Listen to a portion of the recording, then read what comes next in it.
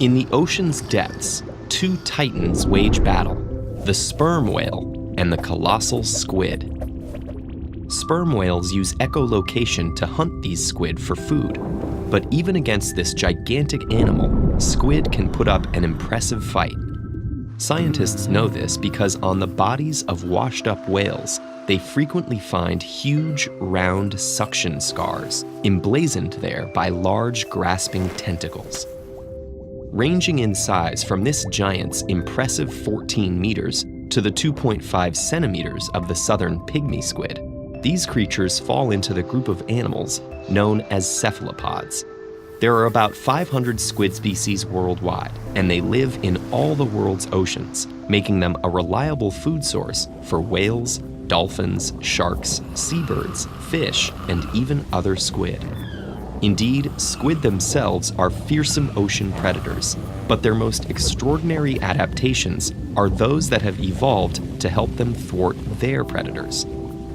Squid, which can be found mainly in estuarine, deep sea, and open water habitats, often swim together in shoals. Being out in the open without anywhere to hide makes them vulnerable, so as a first line of defense, they rely on large, well-developed eyes.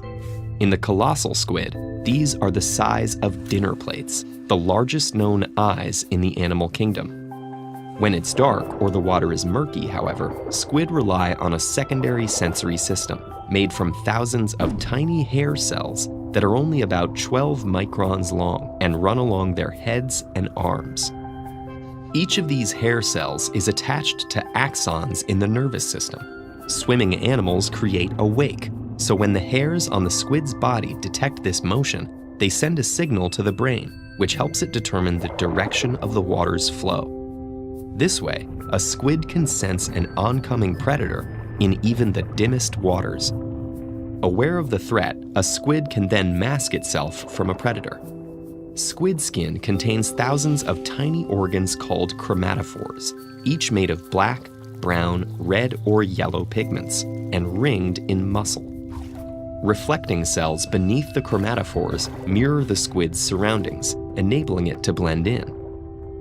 So when the muscles contract, the color of the pigment is exposed, whereas when the muscles relax, the colors are hidden. Each of these chromatophores is under the individual control of the squid's nervous system, so while some expand, others remain contracted.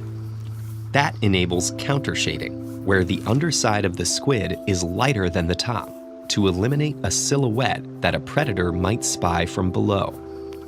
Some predators, however, like the whales and dolphins, get around this ruse by using sound waves to detect a squid's camouflaged form. Not to be outfoxed, the squid still has two more tricks up its sleeve.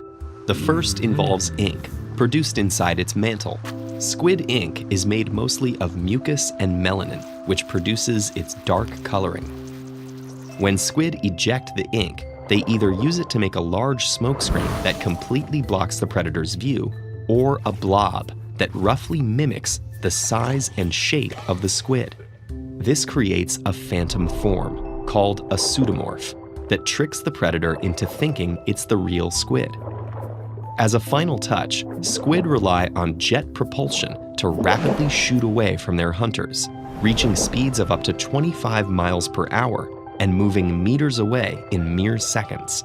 This makes them Earth's fastest invertebrates. Some squid species have also developed unique adaptive behaviors. The deep-sea vampire squid, when startled, uses its webbed arms to make a cape it hides behind. The tiny bobtail, on the other hand, tosses sand over its body as it burrows away from prying eyes. The Pacific flying squid uses jet propulsion for another purpose, to launch itself right out of the water. Squids' inventive adaptations have allowed them to proliferate for over 500 million years. Even now, we're still uncovering new species. And as we do, we're bound to discover even more about how these stealthy cephalopods have mastered survival in the deep and unforgiving sea. Descend into the deepest reaches of the ocean with this playlist.